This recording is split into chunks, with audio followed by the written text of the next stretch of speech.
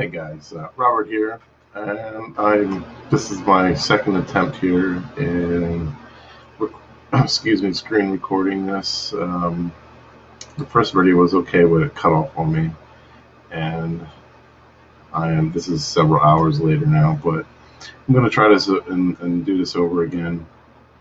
Hopefully it makes sense for you guys. So when you first log into your digital marketing platform, and you have everything installed, everything is set and ready to go, right? The first thing you're going to do when you log into the website is, are you going to see this dashboard? Now, in the video that I just got recorded, I showed basically all of these things were on.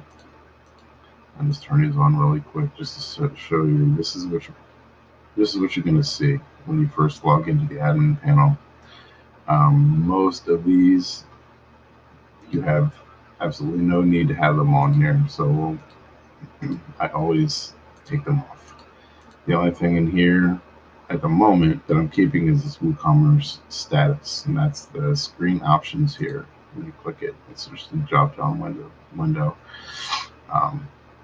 And there are later on in future videos that I'm going to share with you this little section right here. This is a widget, a dashboard widget, and there are other plugins that I'm going to share with you that will populate a new widget in this on your dashboard. Okay, so let's dive right in. I know it's going to be really tempting for you to just go through all of these pages all at once.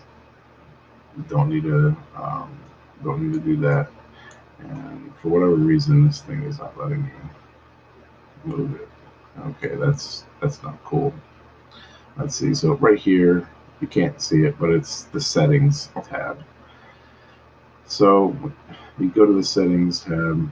Well, you know what? Let me back up, because you're going to end up going to the users tab at some point in the very next step. So right now, go to users and make the necessary changes in that tab first. So right away, you'll see your own login, your email. Well, first of all, you're going to see Paul Palma's email, okay, and your email, but Paul's name. All right. Don't worry about this other user up here. I'm sure that Lifter LMS was a part of the build process with Paul and his team. So you can either leave it or delete it. It doesn't matter. It's up to you. So when you go into your file and edit, you're going to change the email address that shows here. So you can go in here and make all these different changes that you want to make. I do recommend keeping your toolbar active, and that's this toolbar right here up on the admin. It actually shows on the front end of your website as well while you're logged in. So right away when you log in, you'll see Paul's name, Paul's nickname, and all the stuff down here. So change all this information, change your email address. Right below it, you'll see a notice that says that their WordPress automatically sends out an email notifying the original email address owner that the address has changed. So you don't have to worry about that. When you enter your email address here, that notice should go away.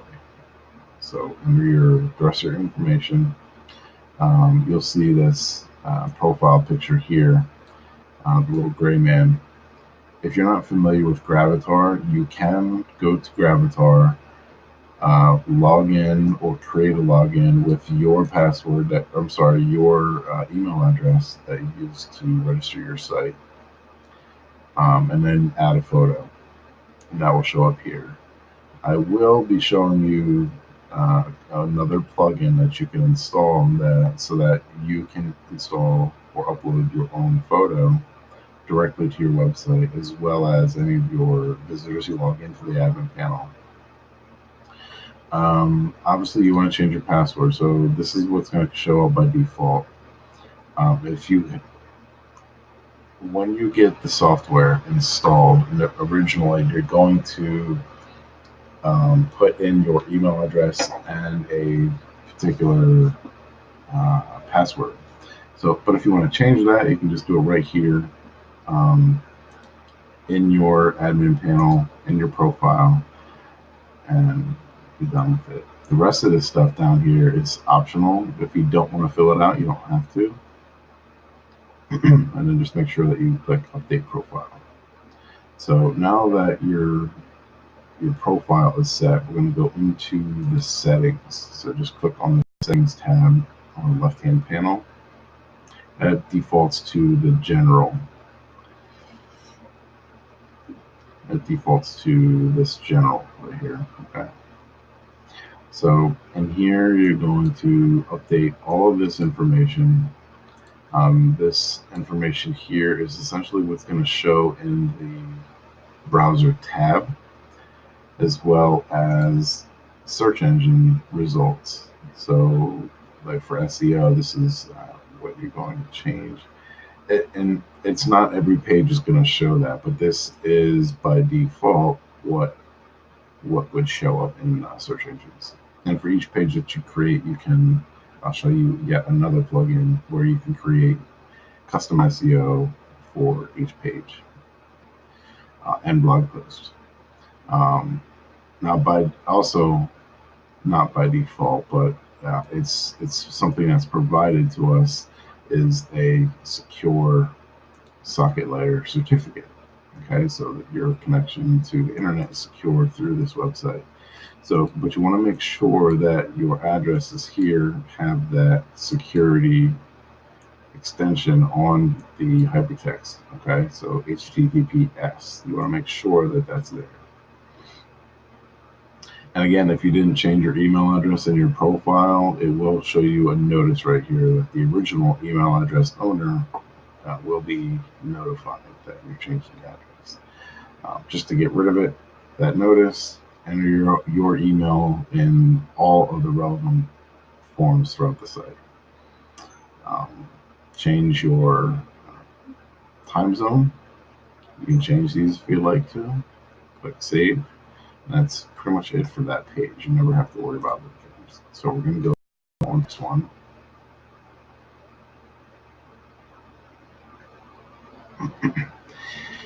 And in here, you really don't have to worry about changing any of this. Don't let this mail server stuff scare you. Okay, don't worry about it. It doesn't. You have no need for it, honestly. If you're using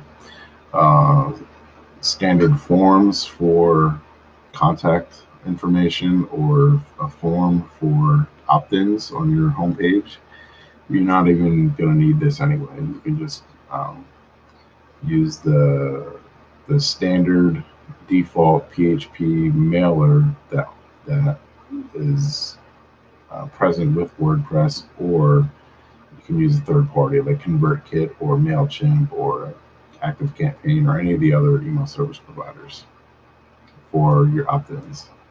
So this little section down here, this is often overlooked by pretty much everyone. Now, the ping services were a really big thing many years ago, especially when WordPress came out and for years after.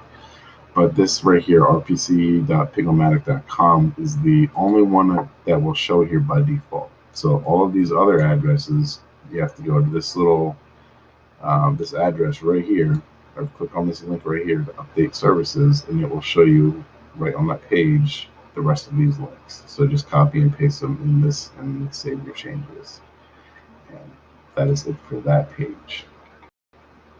So right now we're just getting all of our settings completed so that we can work on the actual content, the front end stuff of our websites and the stuff that we're going to sell and offer and all that good stuff. So on this tab, by default, well, on the digital marketing platform, the default is already set here by the team to a static homepage. Okay, by default, WordPress default, it will be defaulted to your latest posts.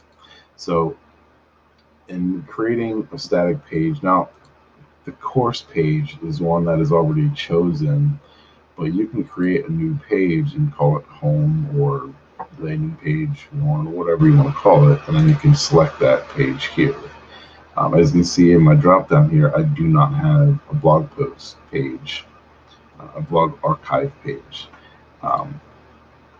And I may or may not add one. I probably will at some point. So when I do create a blog page, an archive page for blogs, I will come back in here to my settings and choose it here. But for me personally, having a blog page is not necessary, in my opinion. Now this is pretty much standard. If you have, you got to think about this here and how it's going to look on the blog archive page. All right, so if you have, say, 3 columns of blog posts, 3 columns, and it's in like in a grid format. So you have 3 columns and you have 3 down, you have 9 blog posts that kind of square off your page, right? So if you have 10, you can have this one little blog post on the far side just kind of hanging out there. So you could go to 9, or you can go to 12 to make it kind of even, especially anybody with like OCD. you want it to look nice. And this indication, this is your RSS feed. Not necessarily something you really need to worry about, but maybe you probably just turn it up. It doesn't matter.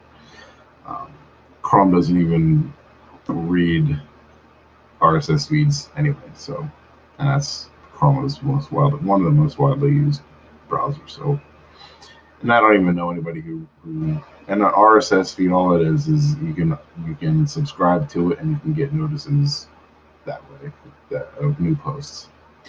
For this, I usually summarize.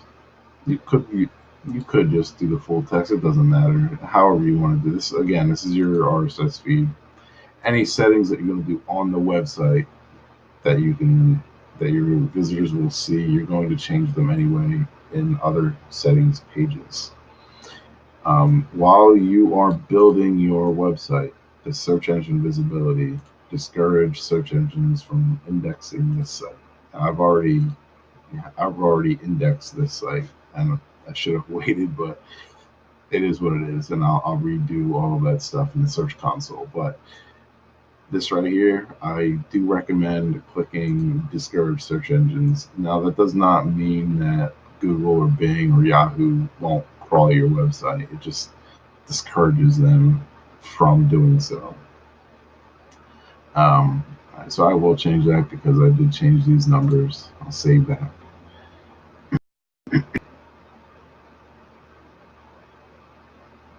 So now we'll go to discussion.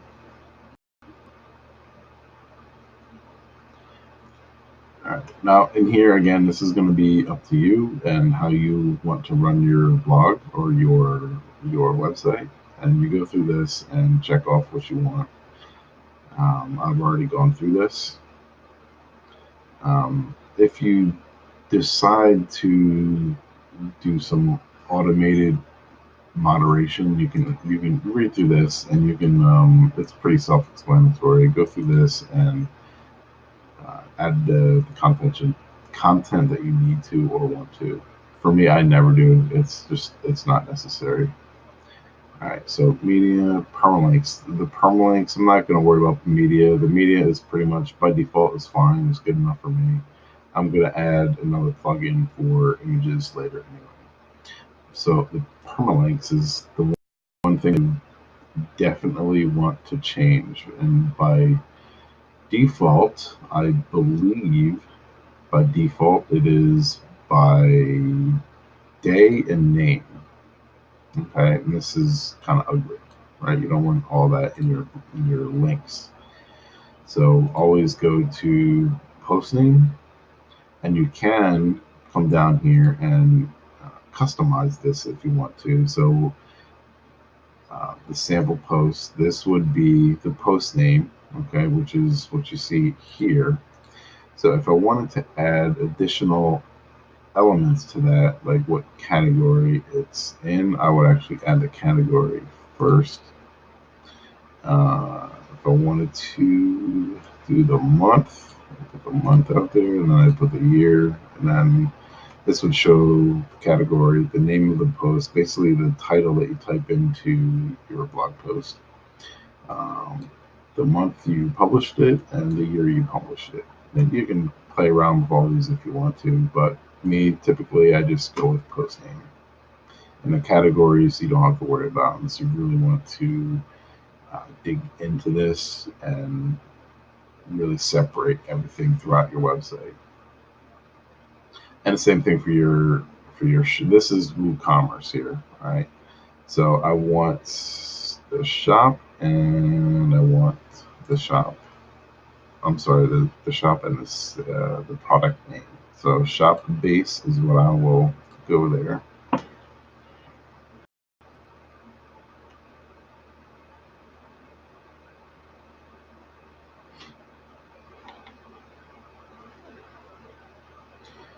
All right, now the only other thing that you really need to look at in the settings area is the privacy and the cookie policy. All right, so you need to customize those for your website, for your business, your company, okay? Because everybody's business is going to be a little bit different, and you're going to offer, say, different refund policies and on and on. So you go in there and edit those yourself. Uh, Down here, it's again. I'm sorry for this. I don't know why I can't move this little image here. But anyway, it's labeled UABB, and that is part of the theme builder. So when you click on this is where you find other options for setting up your website. And you'll notice right away, excuse me, sorry, it's 4 in the morning here. I'm a little bit tired. So you notice right away that your license is already activated, so you don't have to really worry about any of that. Um, General settings. Again, if you're going to use any of these services, you just go to Google and Bing, and obviously Yelp here to get those API keys. I don't typically go through any like beta versions only because I want to make sure that any new releases that are coming out are like they got all the bugs worked out of it. So I never, especially on the live site, I don't want anything breaking, any of the plugins breaking. So don't go through the beta updates because you're basically that what that does is it sends you or updates your plugins, your themes, and everything else as far as this program, the UABB builder, and it will update it before the actual release of a new version of your plugin, if that makes sense. So in here, make sure that you have all modules enabled, which I've already taken care of. Template cloud, again, make sure, okay, so all these are activated. So essentially what these are not themes, but they're templates. So if you wanted to use some of these templates, it's actually going to show you, and you can't actually use them in this screen right here. When you're in the builder, the website builder itself, that's where you're going to see all of these. And I'll go in another video, probably 2 or 3 videos after this, and we'll be at that point of working with these templates. The font icon manager, it's already set, but I'll show you really quick. You want to make sure that it's already set. Don't have to reload anything. Every one of the icons is loading properly. You can, well, the branding here is for the plugin. Okay, you don't really have to mess with anything. I put my company in here and my come on now, just froze on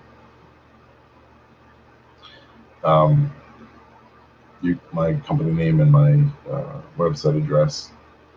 Okay, what's going on here? Okay, sorry about that. But again, you don't have to worry about any of these, any of the branding stuff. The DMP builder thing, just go through it and make sure that you have all of the settings done to suit your needs. This is going to be where you're going to actually edit some content that will show on the front end. And again, make sure all these are checked. Okay, these are all checked.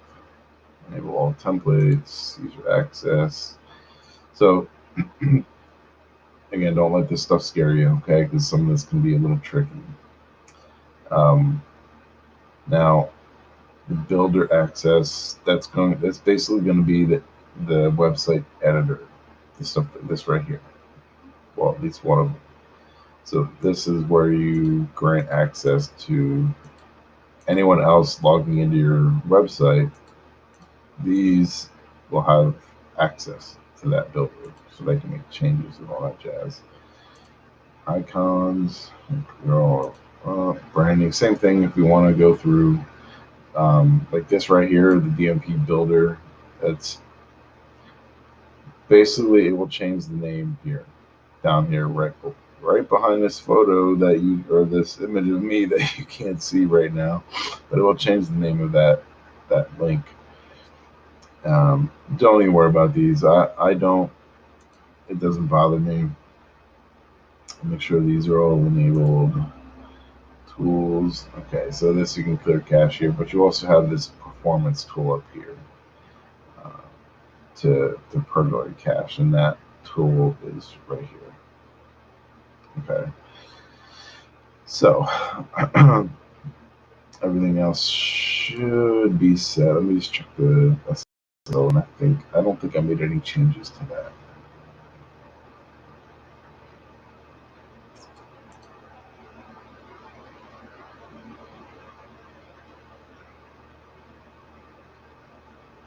Excuse me. Yeah, so I didn't even bother. I didn't make any changes to this, so that you can leave the SSL alone if you so choose. If you're an advanced user, you can absolutely make the changes that you need to. This htaccess, if you ever come across your htaccess file, don't touch it. Leave it alone. Don't even open it. One thing wrong in that file will mess up your whole site. Okay, so let's see what we got going on. Everything is set. I do want to go into the WooCommerce settings, and I also want to go into the Lifter LMS settings. Before I do that, I think I'm going to close this video out, and I will start that video later on this afternoon. I do apologize for this little camera view here. I'm gonna get rid of that in the next one. I'm using a new software here, so this is a bit of a learning curve. So I hope that you got something out of this. I hope I didn't go through it too fast, and I hope that you were able to learn how to change all your settings. And I am looking forward to seeing you in the next video. Take care, everybody.